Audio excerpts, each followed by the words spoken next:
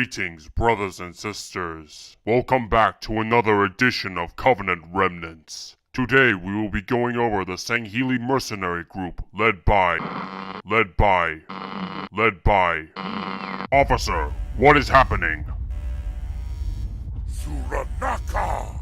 Shokufu! Zorusu! Trace the communication at once. We will find these interlopers and make them pay for their... Interception successful! Connection established, second boss. Well done. You worthless piece of ongoing trash. Now return to your post. Oh yes, second boss! Greetings, humans. I am Stromidus, the new right hand to the War Master of the Banished, Atriox. I have been ordered by Atriox himself to tell you the history of our great Banished faction, and hacking into this Covenant transmission was the easiest way to do so. Why waste words on insects like you is beyond me, but I will share all that I know. During the Great War, the Covenant sent numerous Jiralhanae clans to clear the front lines. Atriox's clan was among those unfortunate souls. 40 at a time, the Covenant carelessly sent them to their doom. They would die for a journey that was not their own. None returned home, except for Atriox. He was the first to return as the sole survivor of one of these suicide missions, a feat which he achieved again and again after that, over and over. As he continued to lose 39 brothers at a time, with each instance of being used in this way, his resentment towards the Covenant and the San Shayum in particular grew. Tales of his improbable survival made him legendary in the eyes of many. His increasingly celebrated reputation was seen as a threat by the Hierarchs, when his hatred and heresy eventually became impossible for him to conceal. And upon returning from yet another suicidal strike against a human position, he was met by a group of Sangheili that had been ordered to execute him. Realizing what was intended, Atriox surrendered. He fell on his knees, seemingly accepting his sentence.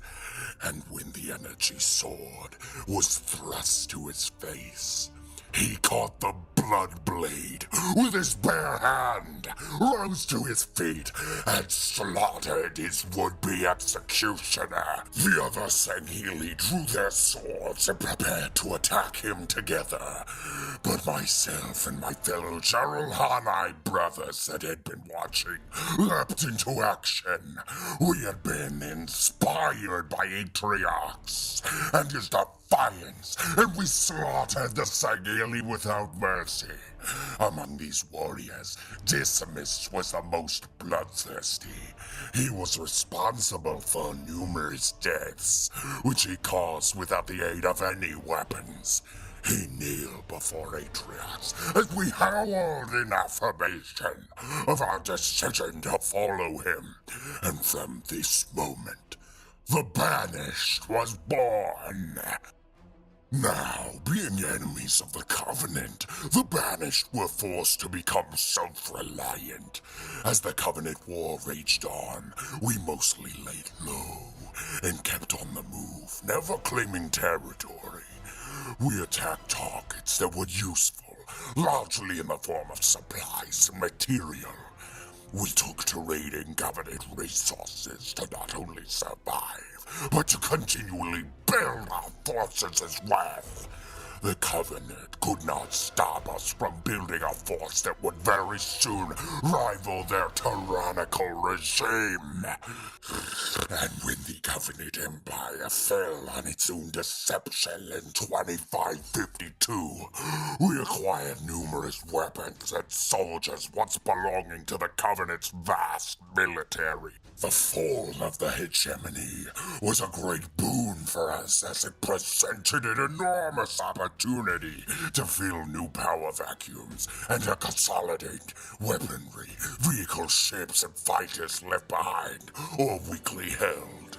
At last, we would no longer rely on guerrilla warfare for resources. We could now claim them by force. Over the years, we attracted so many more to our cause.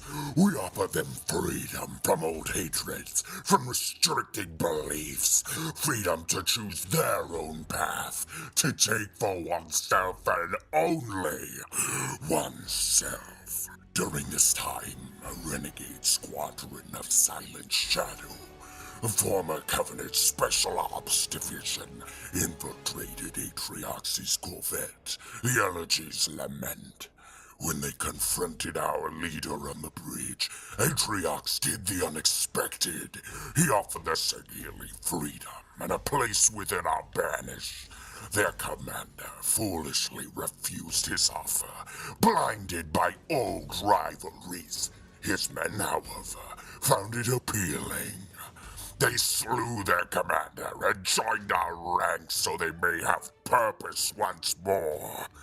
In 2553, we had gained a powerful new asset to our fleet, the Enduring Conviction, a CAS-class assault carrier. After being captured on a former Covenant airbase, Atriox and some of my fellow warlords were taken aboard the Enduring Conviction as prisoners. He then made a deal with its captain, Shipmaster Nakai Vodar, to join us in exchange for fuel and supplies. 12 hours later, Enduring Conviction broke formation and contact with the rest of its fleet. The Conviction was hailed, warned, and then fired upon when it ignored orders.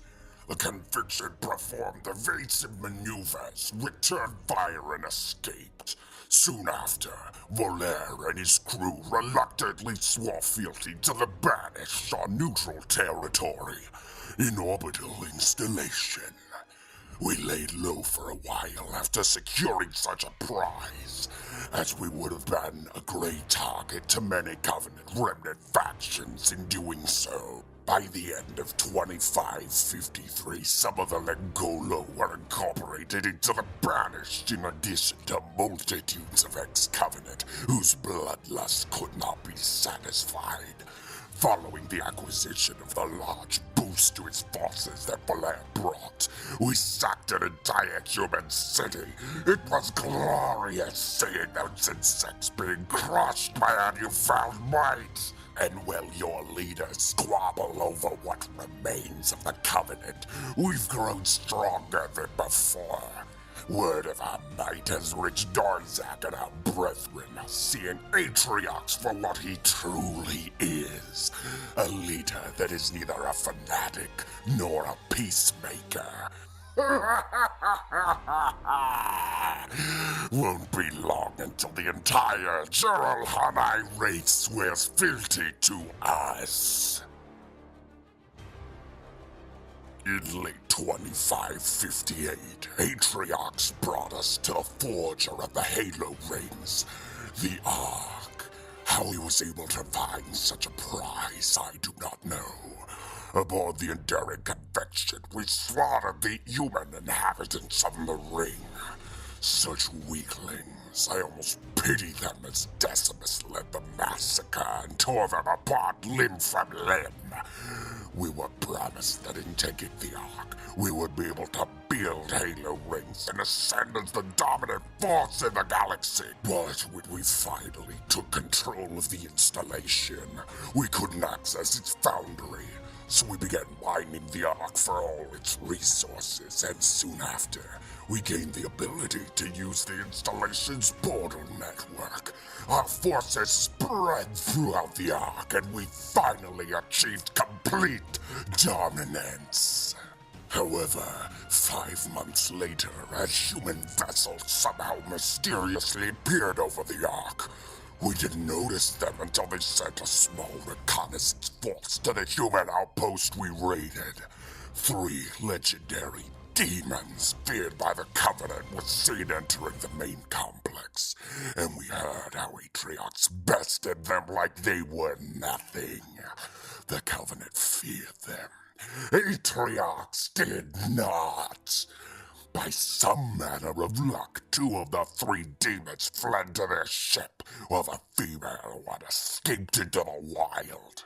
The human forces then picked off our holdings on the Ark, destroyed our mining operations, a portal network, and even bested Decimus twice, until the second resulted in my predecessor's demise. We answered their defiance with a full-scale attack on their ship with the full might of the enduring conviction. However, a demon and the AI from the outpost managed to use our cleansing beam on the Ark and provoked its swarm of sentinels.